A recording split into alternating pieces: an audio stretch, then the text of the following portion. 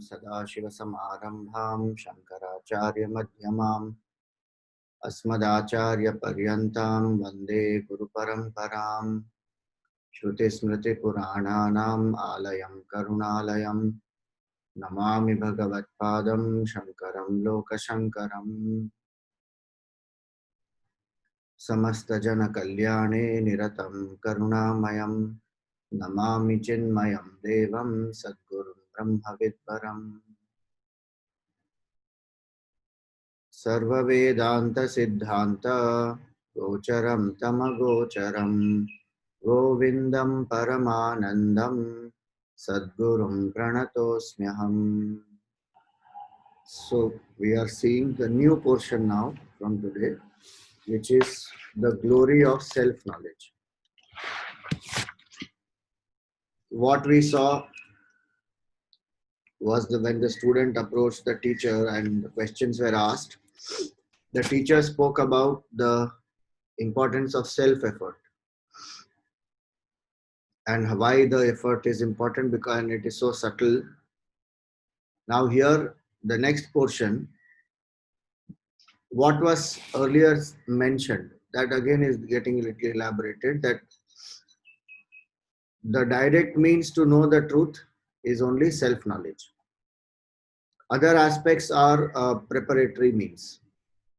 So verse number, na yoge nana sankhyena karmana no na vidyaya brahmatmaikatva bodhena moksha siddhyati nanyatha. So he says here that na yogena na sankhyena, not by yoga, not by sankhya, not by karma, and not by upasana. So four yogas. Yoga indicates the Raja Yoga, Ashtanga Yoga. Sankhya is the philosophy, one of the Shad Darshanas. Then Karma is the ritualistic portion, and Upasana, Vidya is the Upasana or Bhakti part. So these four, he says, by none of these will one know the except abidance in the truth. Brahmatmaikatva bodhena. Only by the knowledge of essential oneness of the Atman and Brahman, vina moksho siddhyati nanyatha. A person will get moksha from no other method except this knowledge of oneness of Atman and Brahman. So Brahmatmaikatva bodha is the direct means of knowledge. The other four are the preparatory means. Each one by themselves will not lead to the truth, but they will prepare the mind for the truth. And as a combination also, each of them can help because we have a body, mind, intellect. So for each aspect of the personality, sometimes we may have to use different yogas. Aurobindo used to call it as integral yoga. So it is a combination of all the types of yogas to cater to different levels of the personality. So na yogena, yoga can help to quieten the mind. Dharana, dhyan, and in samadhi, mind has become quiet. But again the mind comes back from that state. As a finite entity, one comes back. Unless the knowledge of the self happens in that state, which is so, mind becoming completely quiet is not equal to Brahmatmaikatva bodha. When we say all the thoughts are stilled, chitta vritti nirodha, by itself that is not leading to Brahmagyan, because that Brahmagyan arises out of a contemplative mind. Mind which is contemplating on the oneness, intuitively realizes the truth that I am that pure consciousness, which is a consciousness in the whole world. And the division goes of the Jiva, Jagat, Ishvara. That is Brahmatmaikatva bodha. So then why should I do yoga? To discipline the body, to align the pranas, to quieten the mind. bring the body mind into alignment, and with that equipment, contemplate on the truth. So yoga is for that. Sankhya is a philosophy, intellectual clarity, thinking. So this whole world is made up of Prakriti and Purusha. Without Prakriti, Purusha cannot express. Without Purusha, Prakriti cannot be enlivened. It is Jada Vastu. So both these together constitute the world. Like Gurudev used to give the example of electricity and bulb. Electricity is the Purusha, bulb is the Prakriti. Both must come together, then light happens. So in the same way, Purusha and Prakriti come together. Now the difference between Sankhya is one of the 6 schools of philosophy. Actually here the 6 schools of philosophy are indicated. Nyaya, Vaisheshika, Sankhya, Yoga, Purvamimamsa, Uttarmimamsa. These are 6. They are called Shat Darshanas. 6 schools of philosophy. Each of them have their view of life, a whole attitude to live life, their own view of moksha also. So 4 of them are indicated here and 2 others by implication. So first one is yoga here. The second one is Sankhya. So Sankhya believes world is made up of Purusha and Prakriti. And the Purusha in each one is different. The self in me is different, self in you is different, self in an ant is different. The Purusha, the self in each one is different. Uttaramimamsa, which is Vedant, says no, it is not like that. There is one self which is infinite, which is there in everybody. Like the example given is of the sun. The sun reflects in, let us say, 100 pots of water. Sankhya will say the sun in each pot is different. Vedanta says no, sun is only one. And it is appearing as 100 in the pots because of the water. So in the individual equipments, because of the subtle body, one consciousness reflects. But then how is there a variety in this world? That is because of the nature of the equipment. The quality of the water, the size of the pot, the shape of the pot, etc. So that's the difference between Vedanta and Sankhya, where Sankhya believes Purusha is different for everyone.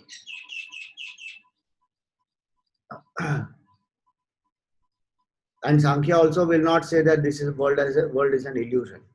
It will come to only Vedanta when we have to say that. So that's why he says here, na yogena, na sankhyena. Then why are we following Sankhya? In the Gita, the 2nd chapter of the Gita is also called Sankhya Yoga. The word Sankhya comes from Sankhya. Sankhya means number. 1, 2, 3, 4, 5. So it implies logic, it implies sequence, it implies cause and effect. So a lot of those aspects are required for intellectual thinking and clarity. So one who is following the path of Jnana Marg, questioning, intellectually asking, wanting to know the cause, then that person follows the path of Sankhya or Vedanta, either of these. So na yogena, na sankhyena. Karmana, no, not by karmana. Karma here means the Purva Mimamsa, the ritualistic portion.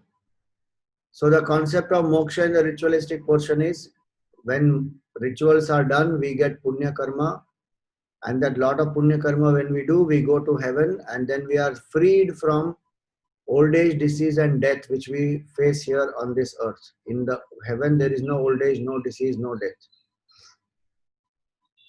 So a person who is karma mimamsak follows this part where one wants that level of moksha, and so one feels that through karma I will become more and more liberated, more and more purified, and more liberated. So once a person believes that, then maximum actions one will do. lots of rites, rituals, pujas, many karmas, punya karma, dan, all that one will do. So it will help to purify the mind, become more generous, become more single pointed. But like we chant in the Purna Kumbha mantra, na karmana, na prajaya, na dhanena. Through none of these can a person become immortal. Tyage naike amritatva manashuhu. Only by renouncing the ego, renouncing the false notion, the ignorance, a person becomes free. So no karmana, no, na vidyaya. And not by upasana. Upasana helps to make the mind single pointed and subtle. So when we are able to have a form or any support system, it can be breath, it can be chakras, it can be any visualization. When we are able to have a support system and bring the mind to associate divinity with that support system, which will help the mind to drop vikshepa, wandering of the mind, which will help the mind to become more tuned to what is invisible. The Lord is invisible. So one who follows the form worship or the formless worship associates divinity with some support. For the people who worship the form is the support. People who use the formless, the pointers of the self, they are the support. Sagun upasana, nirgun upasana. But both are upasanas. Both use support systems. Truth is beyond both. The support system helps to make the mind single pointed, makes the mind pure, invokes devotion, invokes surrender. So for emotions, when we have a lot of emotions, then the path is bhakti. So these are four paths, four philosophies also. And he says, by none of these themselves, they all are a preparatory, means they are an aid. So the knowledge of the self is the beauty, the only Brahmatmaikatva Bodha. The knowledge arising out of the understanding of oneness. In Karma Marg, how do we understand the oneness? By understanding that the karma phala is given by the Lord. Bhagwan is the karma adhyaksha and karma phala data. And no matter how much karma I do, when the punya karma gets exhausted, I will again have to come back to this earth. Understanding the limitations of karma, karma phala, surrendering to the karma adhyaksha and karma phala data, accepting whatever Bhagwan gives through prasada buddhi, performing the actions with Ishvara Arpan Bhav, and ultimately knowing that I am not the karta, Bhagwan is the karta. If I follow this path where I shift from karma to karma yoga, then this Brahmatmaikatva Bodha will arise. And the person is liberated. So karma prepared the person, Brahmatmaikatva Bodha liberated. In yoga, what will happen? Yoga also same way. When the mind has become completely quiet, Chitta Laya, as Ramana Maharshi used to call. So Chitta Laya, when it is happened, for some time that mind is hushed into silence, no thoughts arising.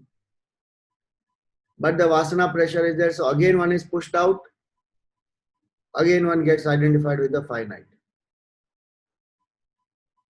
But when that person gets an initiation into this knowledge of the self, that in that state of quietude, when no thoughts are there, who knows that there are no thoughts? Who is that knower, that entity? That is pure consciousness, the witness. So through that contemplation on that witness, the person comes to know the truth. Brahmatmaikatva Bodha happens. In Sankhya, very simple understanding, Purusha in me is the same as Purusha in everybody else. Just a little bit of shift. So contemplate on the oneness of the individual and the the Atma and the Brahman. And through bhakti, we already saw, surrender to the Lord, have a relationship with the Lord, and channelize all the emotions towards the Lord. So each of the paths, they are preparatory means, and when the mind has got ready through Brahmatmaikatva Bodha, each has their own method of Brahmatmaikatva Bodha. In Bhakti Marg, Bhagwan will bless the person with knowledge. In Karma, Yoga, Sankhya, one has to put the effort. Again, there the blessing of the Lord only comes at the last stage, where the Jiva Ishvara Bheda goes away. So Brahmatmaikatva Bodhena Moksha Siddhyati Nanyatha. Person will not get moksha by any other method. This keeps coming again and again. Even in the Gita, Bhagavan said the same thing.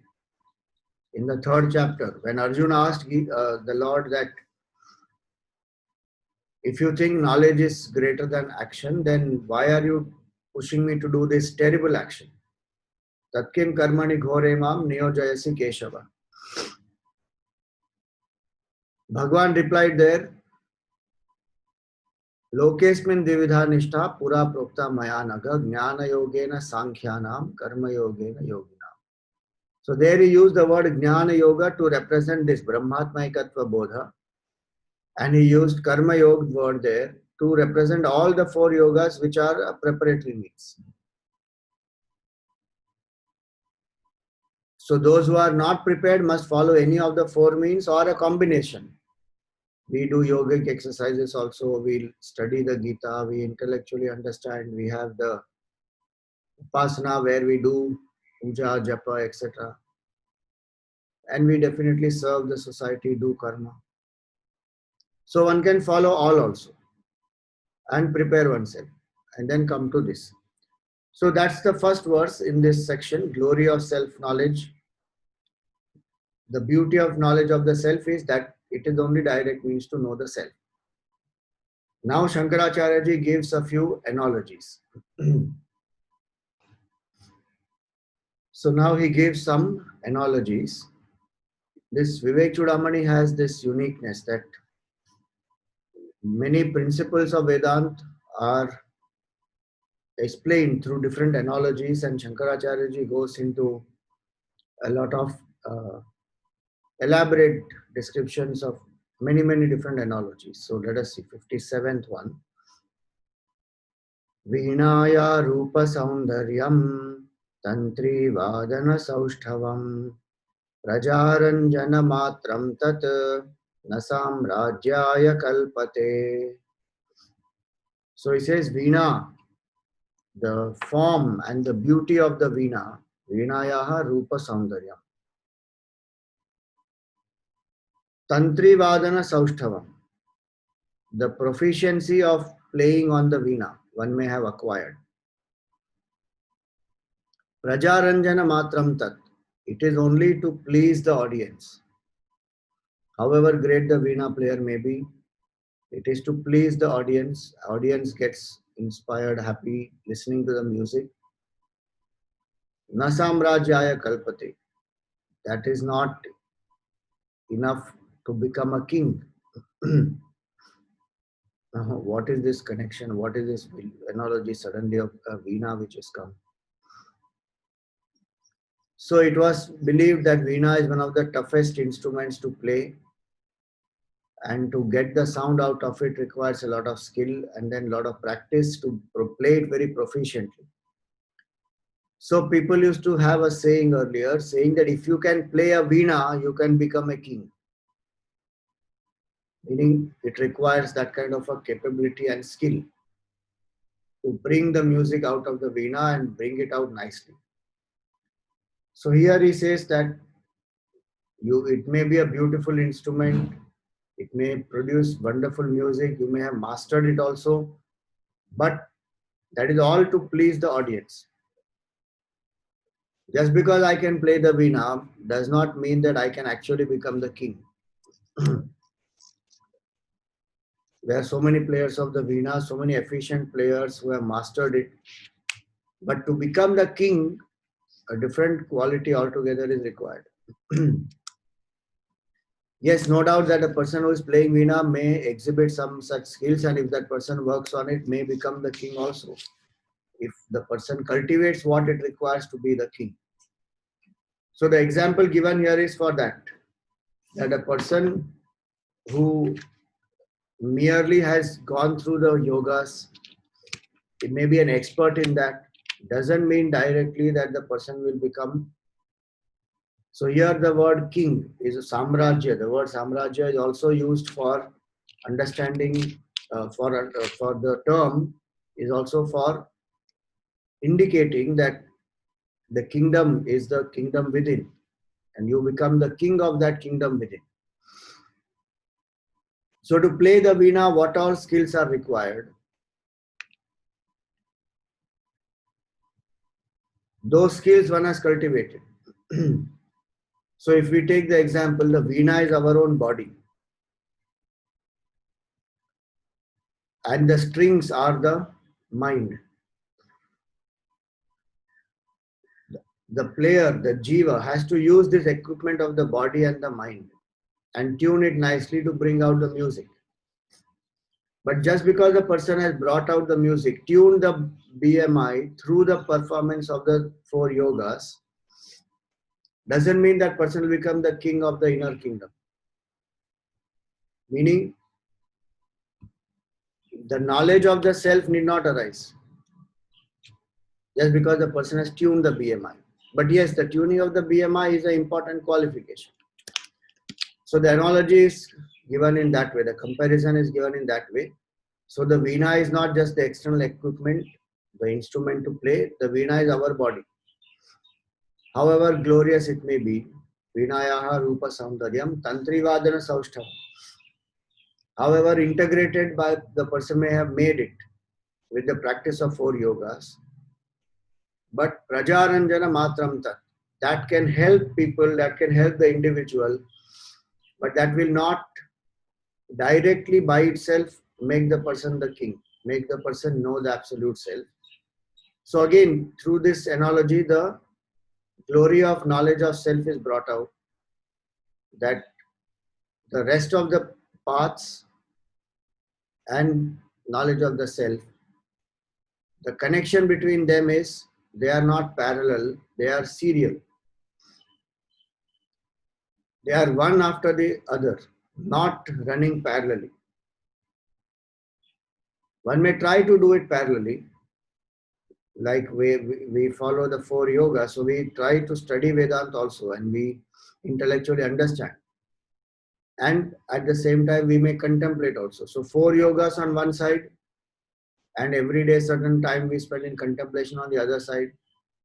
We may try and do it parallelly, and there's nothing wrong in doing it parallelly. But what happens is, if the mind is not prepared, the proper contemplation on the self won't happen. So though we want it to be parallel, try to make it parallel, it won't happen parallelly, because the readiness is not there. So the mind will again wander, or we have to bring it back to upasana, mantra japa, puja, or any such simpler support. But when the mind is ready, then sequentially it happens. And that's why for a long time, upasana is only prescribed, even in the Upanishads, for the seeker who is not prepared. The Upanishad will give upasanas.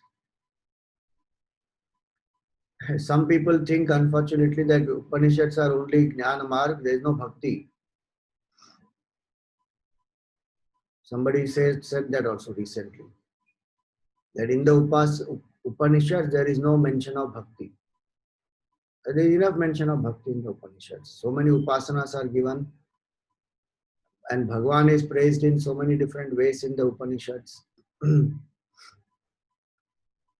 the Upanishads definitely destroys the delusion that there is difference between Jiva and Ishvara. It destroys that.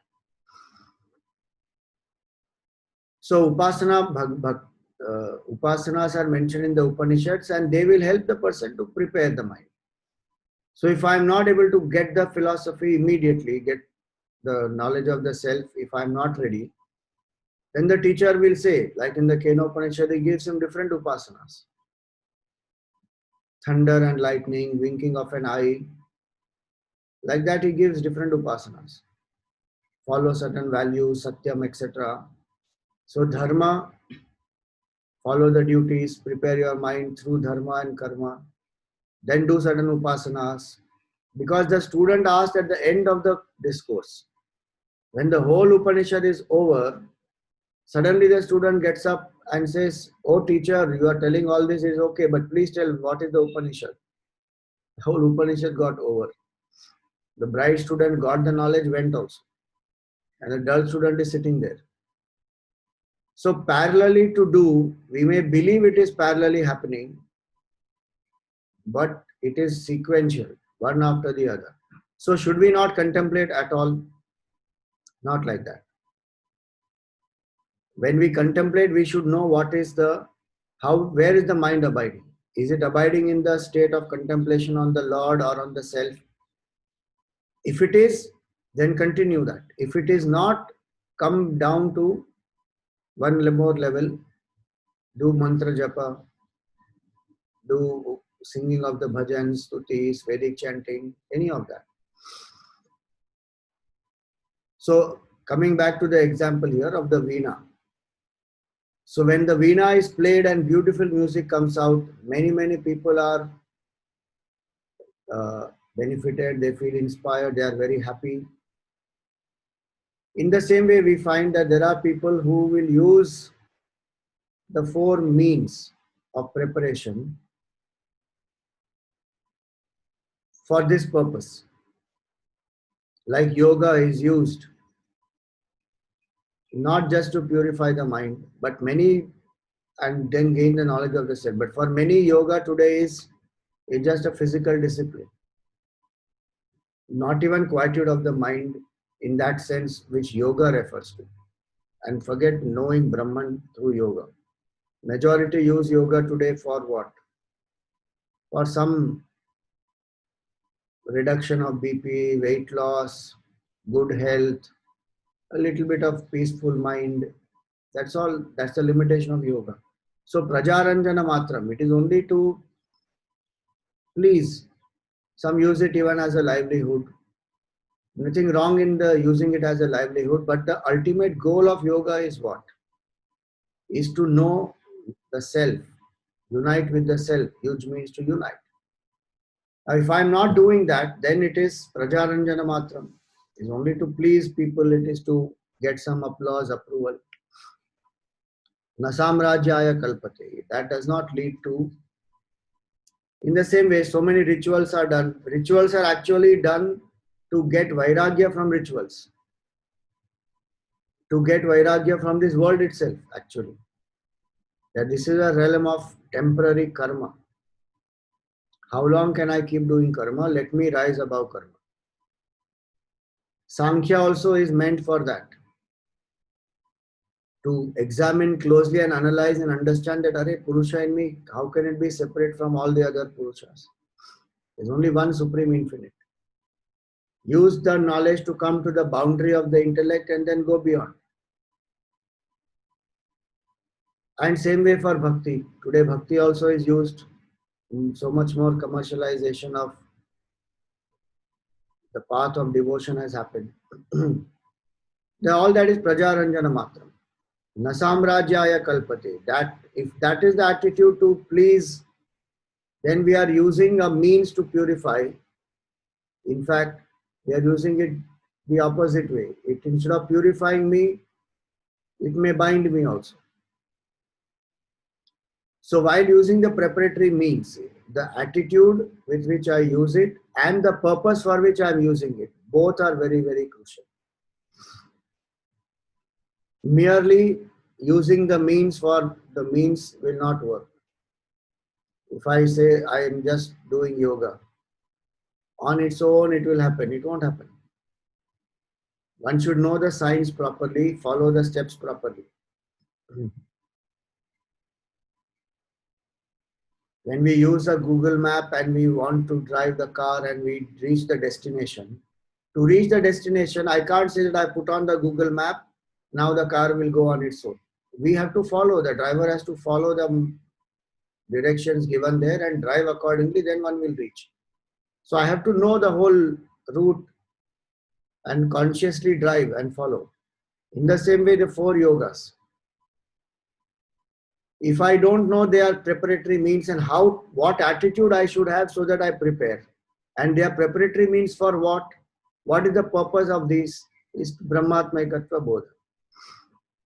So purpose and attitude, they are very important in the preparatory means.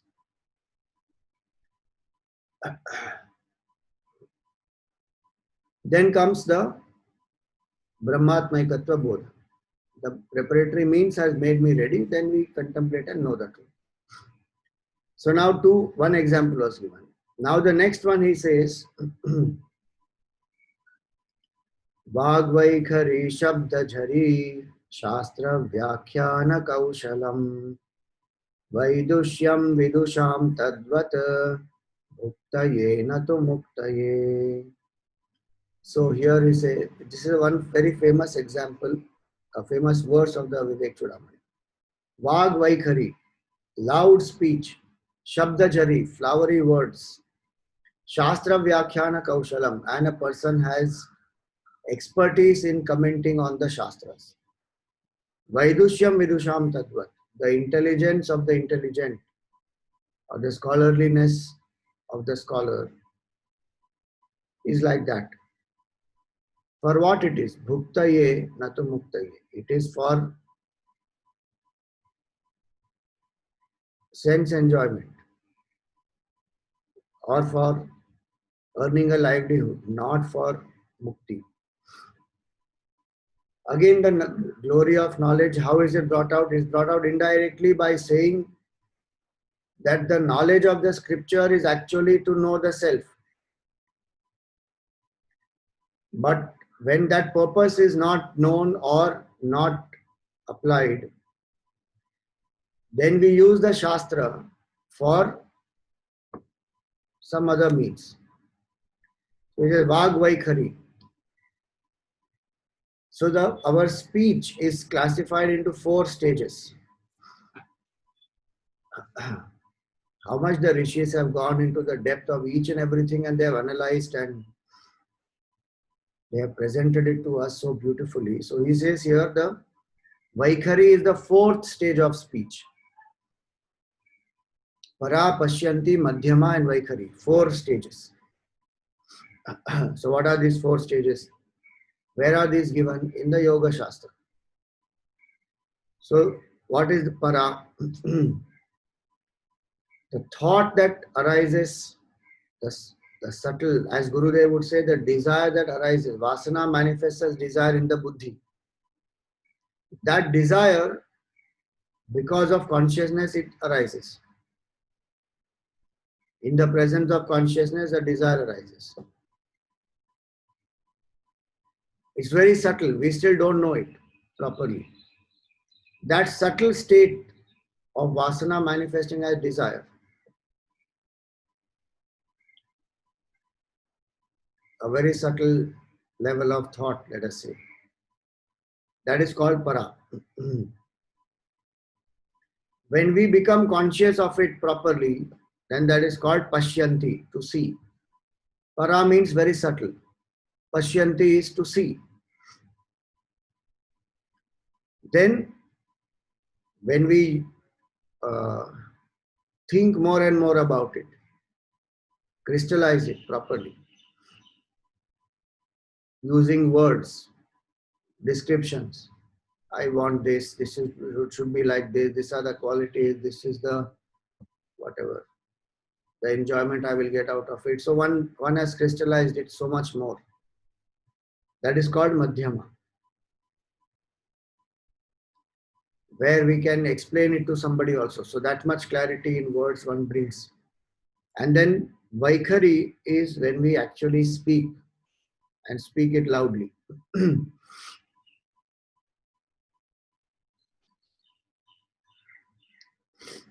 So 4 stages. Para, very subtle level of thought, becomes grosser, where a person is able to understand it clearly, okay, this is what it is. Refines it much more, is capable of explaining it to others, and then with Vaikhari will speak. 4 levels. So Vag Vaikhari, if somebody has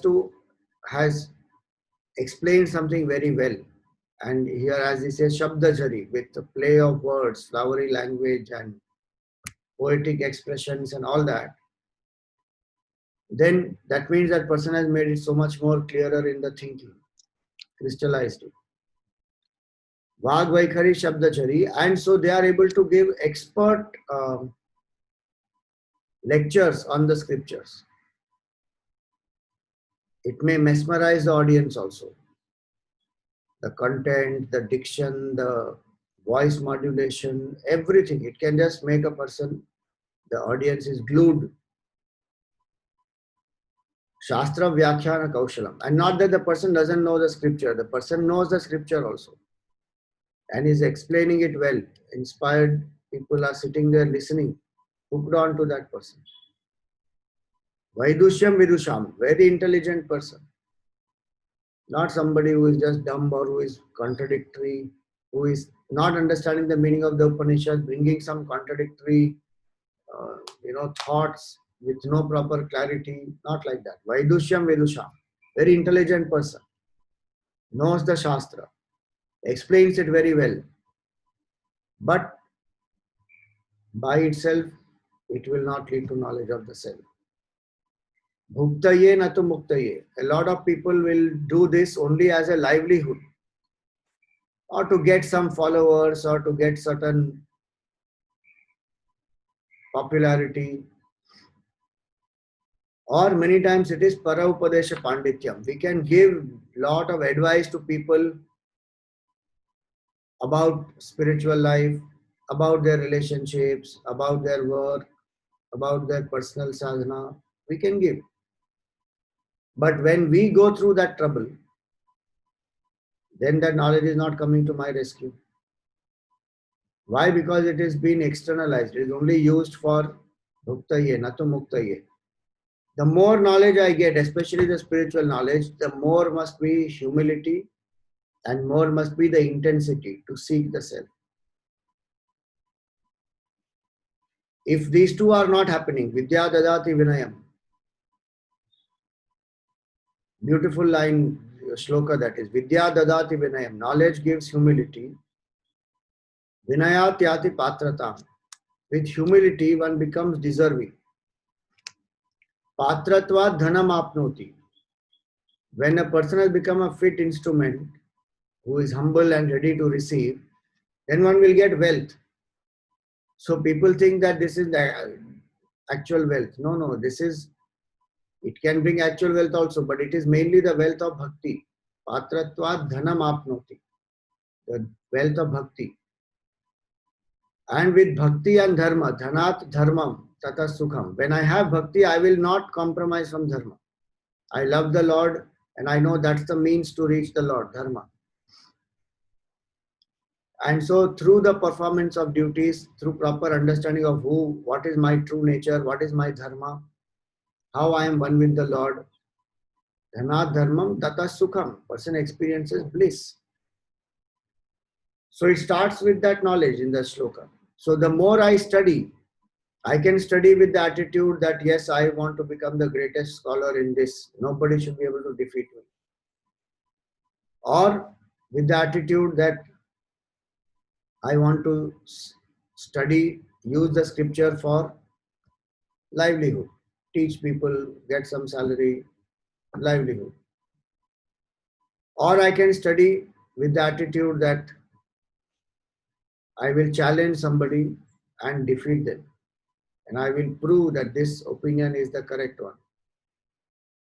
So to defeat an opponent, to gain some popularity, to gain livelihood, to become famous, different approaches. But for a seeker, the study of the scripture is only to intensify the quest. Am I able to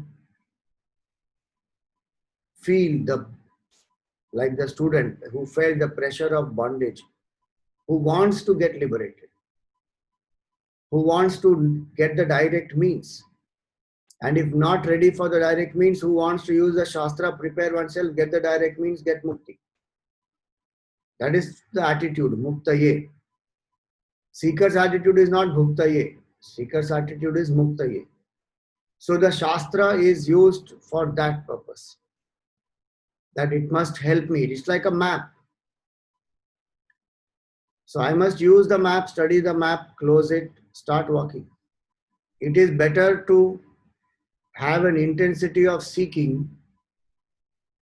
by the study of scriptures than to miss out the intensity and get stuck in flowery expressions and impressing people, subtle logical arguments, constantly refuting different opinions. At the cost of intensity, this should not be done. It is not required. So a Shastra can be used for both. People use it for, because the very word Shastra means Shasanat Trayate iti Shastra. That which protects us by its instruction. That is called Shastra.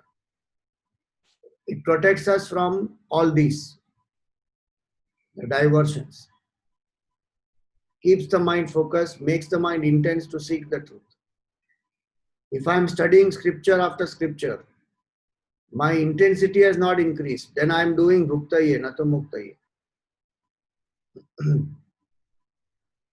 These are some of the words which are hard-hitting.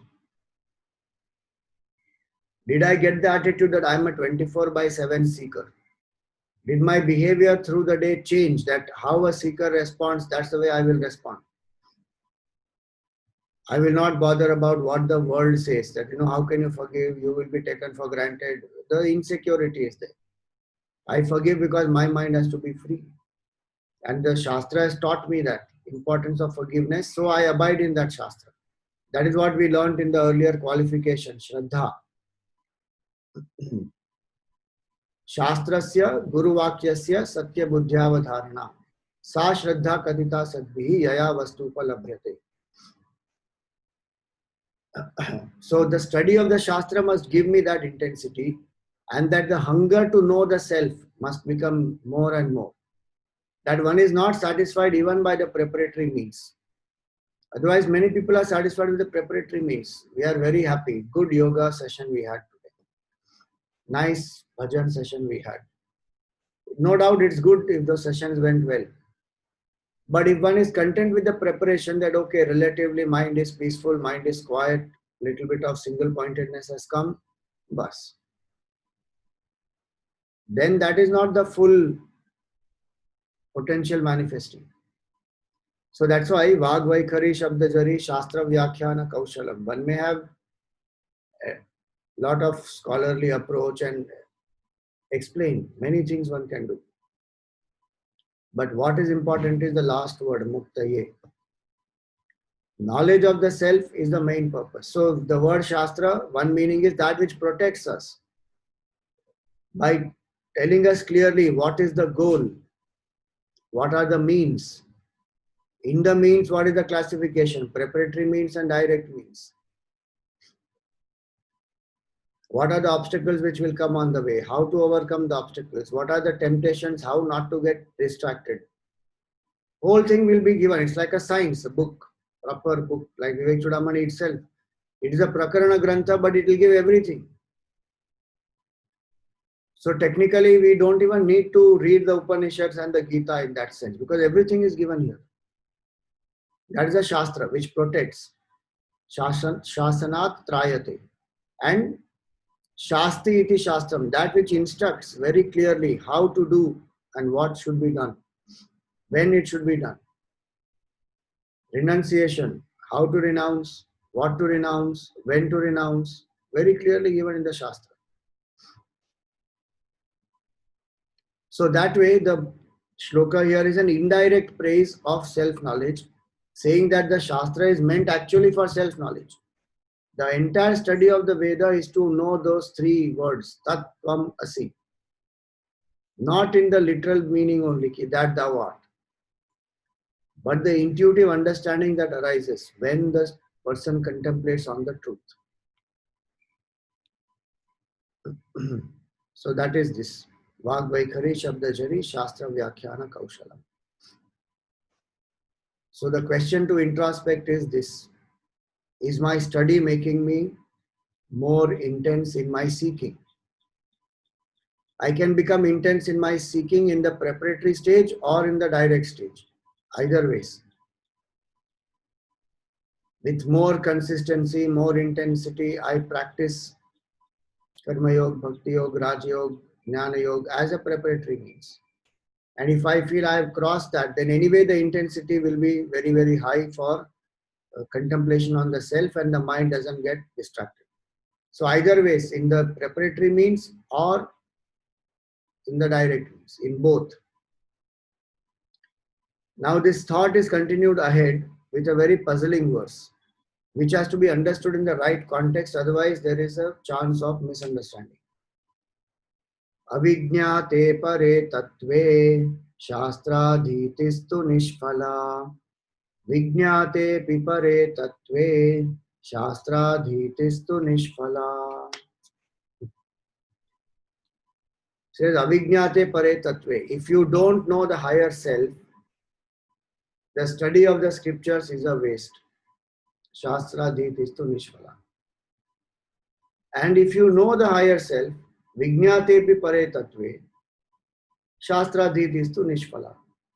There is no point in studying the scripture. So basically we don't need to study the scripture. One can quote this verse also saying, Arey, what is this? If you don't know the truth, what is the point of studying the Shastra? Avijñāte pare tattve. And if you know the truth, then you don't need the Shastra because you already realize the truth. Shastra is only a map, a means. So somebody can use this shloka and say that study is not required, reflection is not required.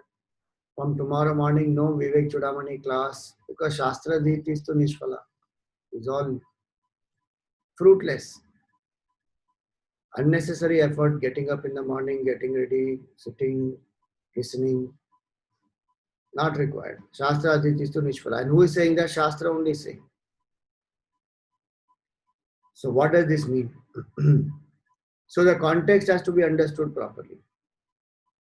Avijñāte pare tattve, when I don't know the truth, then to study the scriptures is a waste. What does that mean? It doesn't mean that don't study the scriptures. Because I don't know the truth, I open the scripture and read so that I come to know, at least intellectually I know, path I will know, and then I walk. What this means, like Gurudev has written, no?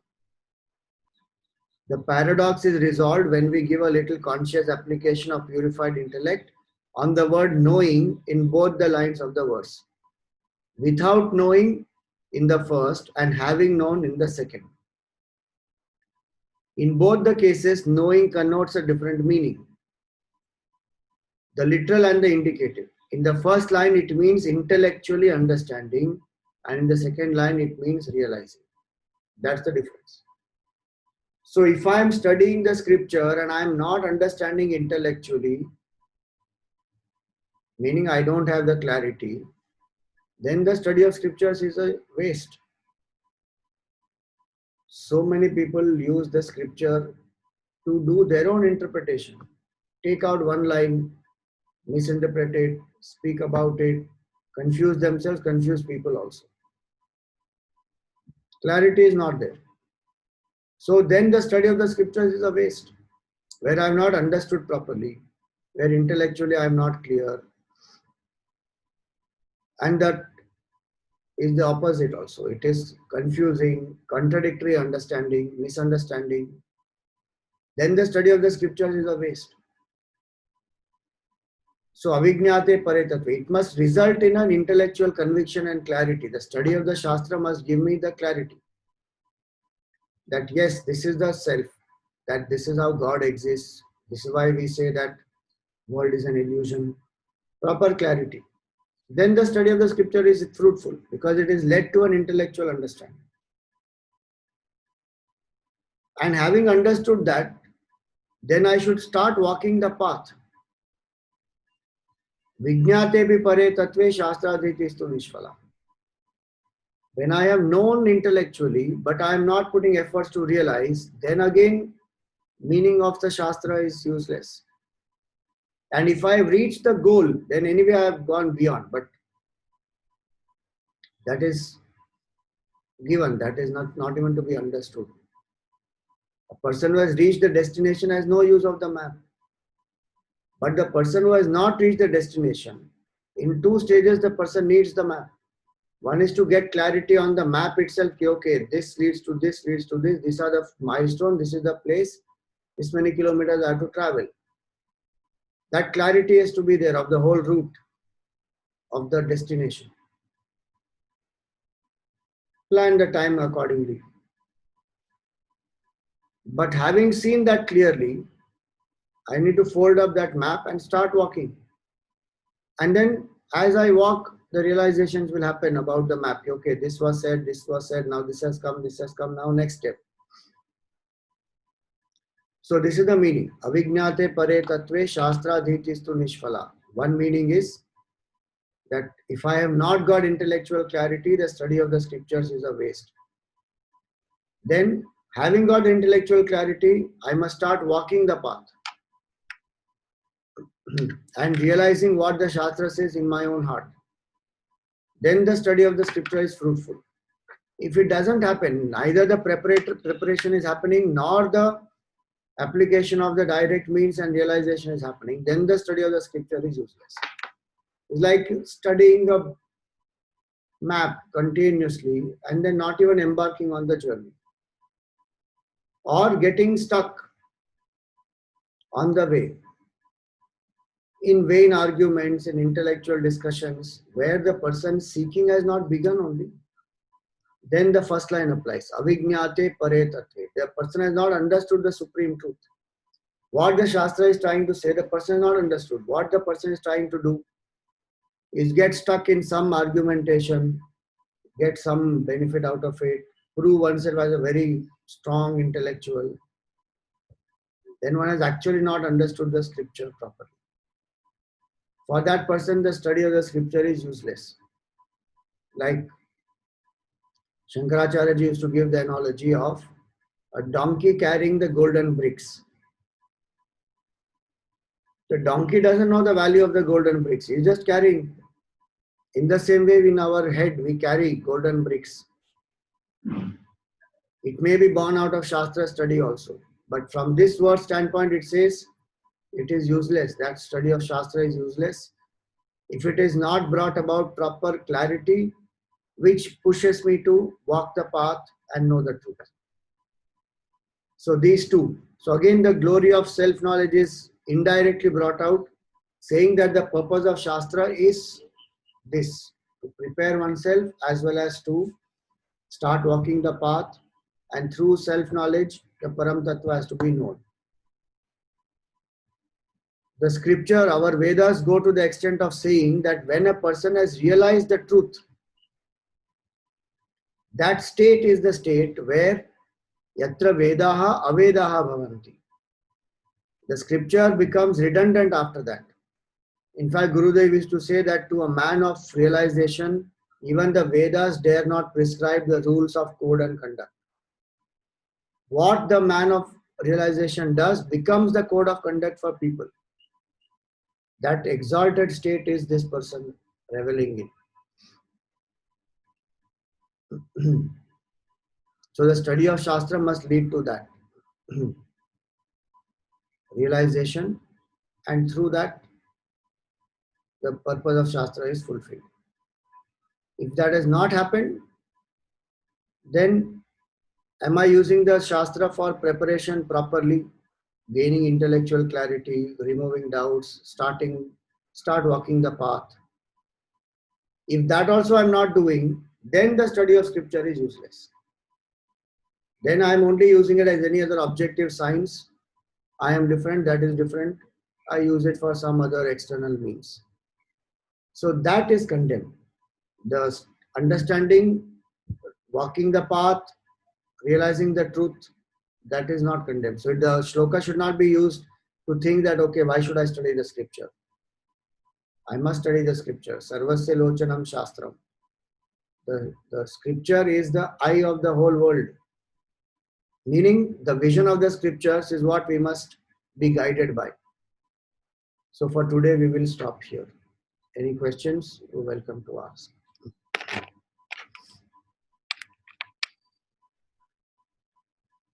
Hariom Swami ji, Hari Om.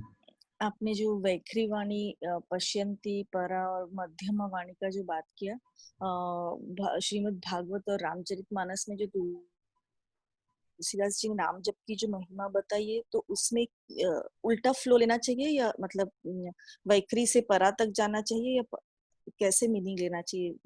Yeah, in that you go from gross to subtle. Loud japa, soft japa, mental japa, contemplation. वो भी एक preparatory means he हुआ, right? Yeah, see, when we say preparatory means, what is the meaning here is, when we apply this method of japa, by itself that japa is a preparatory means.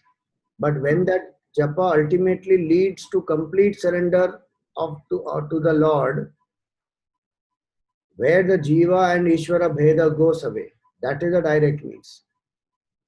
So through japa itself one can realize the truth. One doesn't have to come to Vedanta only. What was said was Brahmatmaikatva Bodha. As I said earlier also, no, that Bodha, Bhagavan blesses that person with the knowledge of the self. So that Bodha will happen when the Jiva is doing this much of japa. The Anugrah of Ishvara also will come through that japa, and that Atmaikatva Bodh last stage it will arise. So the preparatory means is only in terms of till the duality exists between Jiva and Ishvara, it is purifying the mind and using the preparatory means. But then that duality has to go. Either it goes by our effort or by grace of the Lord, depending on which path I am taking. So then it becomes a direct means. Thank you. So it doesn't have to come to the path of Vedanta. Hare Swamiji, you said about Purva Mimamsa, Uttar Mimamsa. Before that is Nyaya, and what is it? 6. So Nyaya, Vaisheshika, Sankhya, Yoga. These are 4. Then Purva Mimamsa, Uttar Mimamsa. Totally 6. so these are 6. What it is called? Shat Darshan. Okay. 6 schools of philosophy. Okay, fine. Okay, we stop here. Om Purnamada Purnamidam Purnat Purnamudachyate Purnasya Purnamadaya Purnameva Vashishyate. Om Shanti Shanti Shanti. Harihi Om Shri Gurubhyo Namaha. Harihi Om.